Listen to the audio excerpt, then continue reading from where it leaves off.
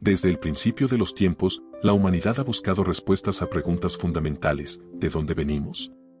¿Quién nos creó? ¿Por qué existe el mal? El libro de Génesis nos lleva al origen de todo. La palabra Génesis significa origen o comienzo y es el primer libro de la Biblia. Tradicionalmente, se le atribuye a Moisés, quien lo habría escrito alrededor del siglo XV a.C., guiado por la inspiración divina. Este libro no es solo una narración histórica, es la base de nuestra fe. En él encontramos la historia de la creación, la caída del hombre, el diluvio, la Torre de Babel y el inicio del pueblo de Dios.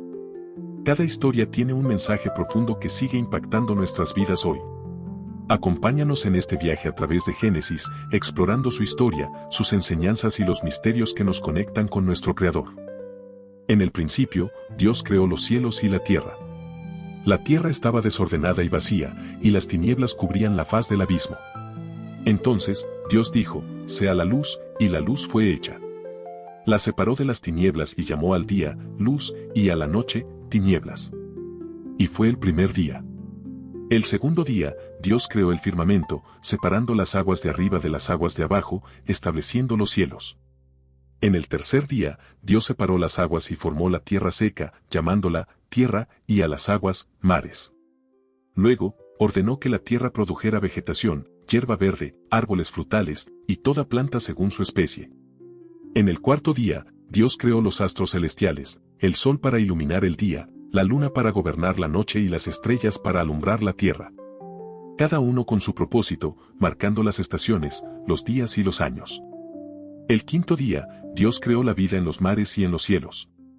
Grandes criaturas marinas, peces y aves fueron creados, y Dios los bendijo para que se multiplicaran y llenaran los mares y los cielos.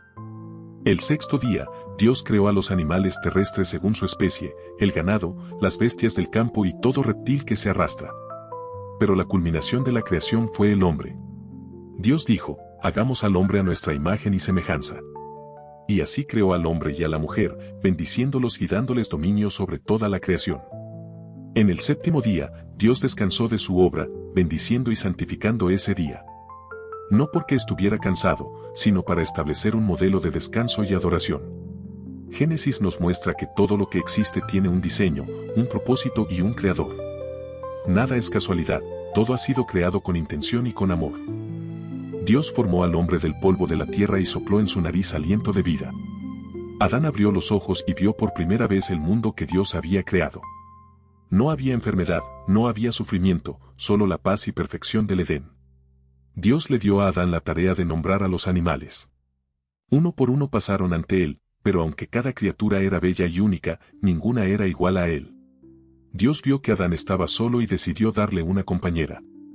Mientras Adán dormía, Dios tomó una de sus costillas y formó a Eva. Cuando Adán despertó, vio a Eva y supo que ella era parte de él. «Esta es hueso de mis huesos y carne de mi carne», dijo. Así estableció Dios la primera unión entre el hombre y la mujer. Adán y Eva vivían en perfecta armonía con la naturaleza y con Dios. No conocían el mal, no sentían vergüenza ni temor. Dios caminaba con ellos en el Edén, hablaba con ellos y les enseñaba. Pero en medio del jardín, Dios colocó dos árboles especiales, el árbol de la vida y el árbol del conocimiento del bien y del mal.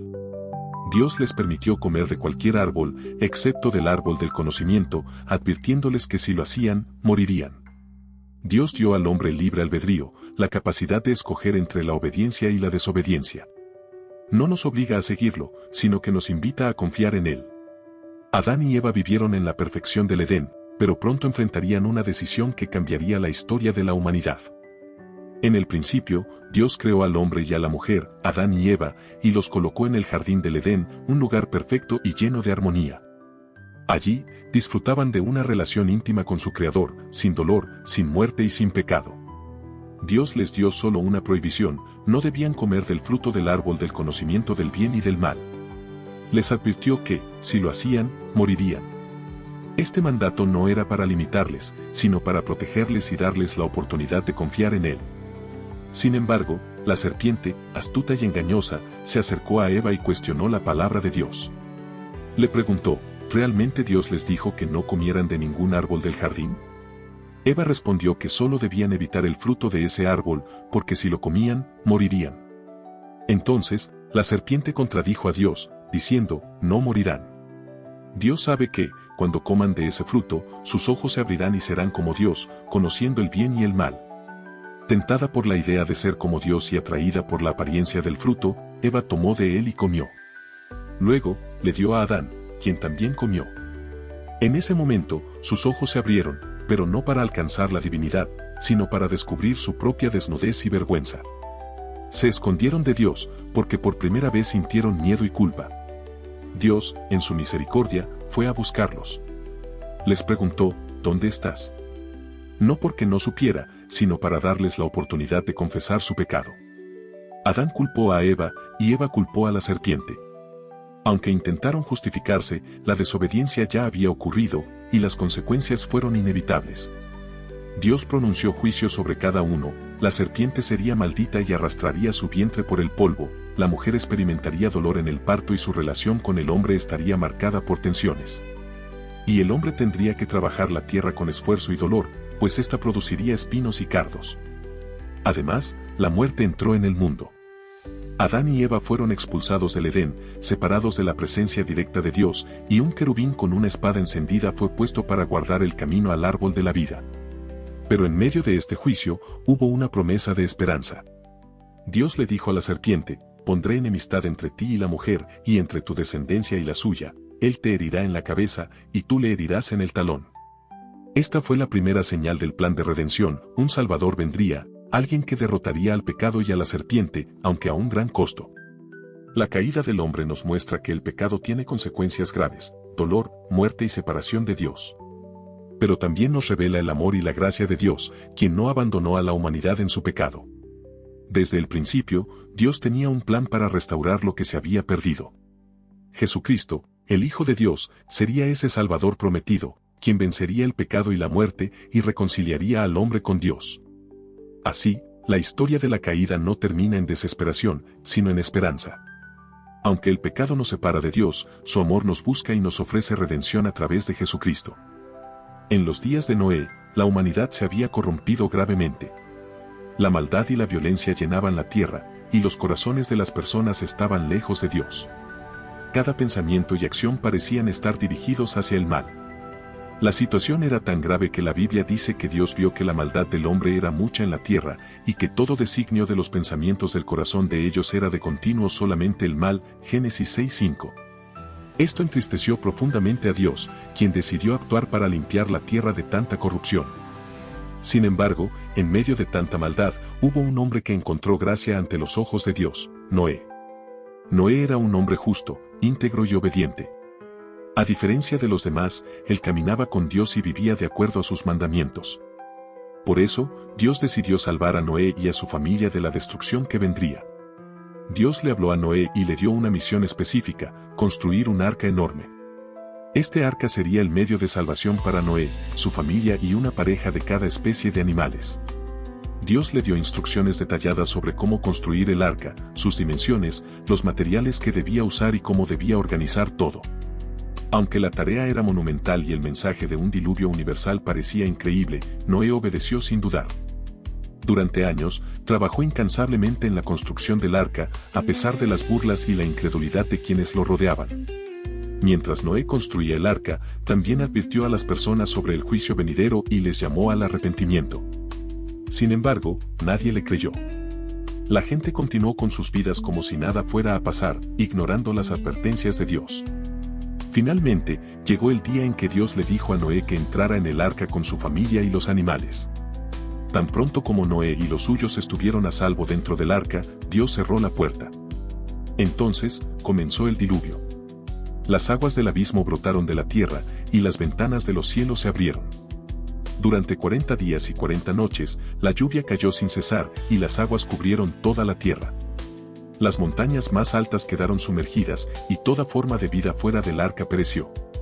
El diluvio fue un acto de juicio, pero también de purificación, ya que Dios estaba limpiando la tierra de la maldad que la había corrompido. Noé, su familia y los animales permanecieron en el arca durante más de un año. Durante ese tiempo, Noé confió en Dios y esperó pacientemente. Finalmente, las aguas comenzaron a bajar y el arca se posó sobre el monte Ararat. Noé envió un cuervo y luego una paloma para ver si la tierra estaba seca. Cuando la paloma regresó con una hoja de olivo en su pico, Noé supo que la tierra estaba lista para ser habitada nuevamente. Dios le dijo a Noé que saliera del arca con su familia y los animales. Lo primero que hizo Noé al salir fue construir un altar y ofrecer sacrificios a Dios en agradecimiento por su salvación. Dios se complació con la ofrenda de Noé y estableció un pacto con él: nunca más destruiría la tierra con un diluvio. Como señal de este pacto, Dios puso un arco iris en el cielo, un recordatorio eterno de su misericordia y fidelidad. La historia de Noé y el diluvio nos enseña un mensaje clave: la obediencia a Dios trae salvación. Noé obedeció a Dios a pesar de las dificultades y la incredulidad de los demás, y esa obediencia lo salvó a él y a su familia. Además, esta historia nos muestra la justicia y la misericordia de Dios. Él juzga el pecado, pero también provee un camino de salvación para quienes lo buscan y obedecen. Hoy, el arca de Noé es un símbolo de la salvación que Dios ofrece a través de Jesucristo. Así como el arca fue el único medio de salvación en el diluvio, Jesucristo es el único camino para reconciliarnos con Dios y escapar del juicio eterno. La historia de Noé nos recuerda que, en medio de un mundo lleno de maldad, siempre hay esperanza para quienes confían y obedecen a Dios. Después del diluvio, la humanidad comenzó a multiplicarse nuevamente.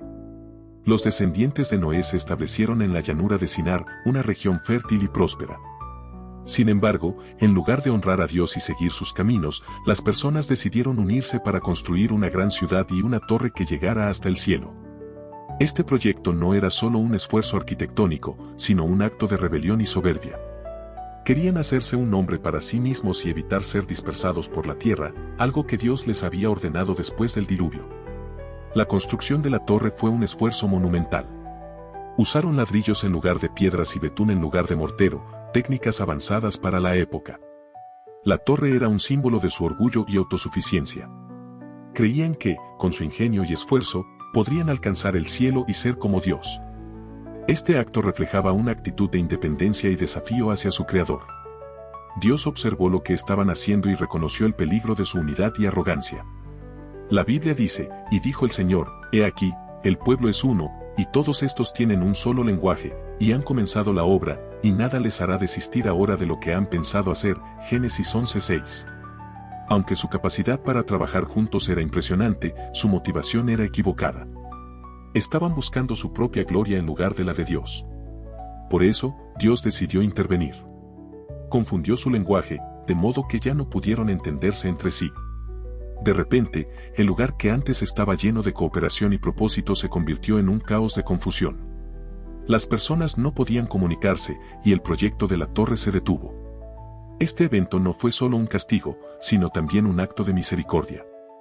Si Dios hubiera permitido que continuaran, su rebelión y orgullo habrían llevado a consecuencias aún más graves. Al no poder entenderse, las personas dejaron de trabajar juntas y comenzaron a dispersarse por la tierra, tal como Dios había planeado originalmente. La ciudad y la torre quedaron abandonadas, y el lugar fue llamado Babel, que significa confusión. Este nombre sirvió como un recordatorio permanente de lo que sucede cuando la humanidad intenta exaltarse a sí misma en lugar de someterse a la soberanía de Dios. La historia de la Torre de Babel nos enseña un mensaje clave: la soberbia humana no puede reemplazar la soberanía de Dios. Los constructores de Babel creyeron que podían alcanzar el cielo con sus propias fuerzas, pero su esfuerzo fue en vano. Dios es el creador y señor del universo, y ningún plan humano puede desafiar su autoridad. Cuando las personas buscan su propia gloria en lugar de la de Dios, el resultado es siempre confusión y fracaso. Además, esta historia nos muestra la importancia de la humildad y la dependencia de Dios. En lugar de intentar ser autosuficientes, debemos reconocer que necesitamos a Dios en todo lo que hacemos. Él es quien nos da propósito y dirección, y solo en Él podemos encontrar verdadera unidad y significado. La Torre de Babel también tiene un contraste interesante con el evento de Pentecostés en el Nuevo Testamento. En Pentecostés, Dios unió a personas de diferentes idiomas a través del Espíritu Santo para proclamar su gloria. Mientras que en Babel la confusión de lenguas fue un juicio, en Pentecostés fue una bendición que permitió que el mensaje de salvación llegara a todas las naciones. Esto nos recuerda que, cuando trabajamos para glorificar a Dios en lugar de a nosotros mismos, Él puede usar nuestras diferencias para cumplir sus propósitos. En resumen, La Torre de Babel es una advertencia contra el orgullo y la autosuficiencia, y un recordatorio de que Dios es soberano sobre todas las cosas. Nos llama a vivir con humildad, dependiendo de Él y buscando su gloria en todo lo que hacemos. Cuando nos sometemos a su voluntad, Él puede usar nuestras vidas de maneras poderosas y transformadoras.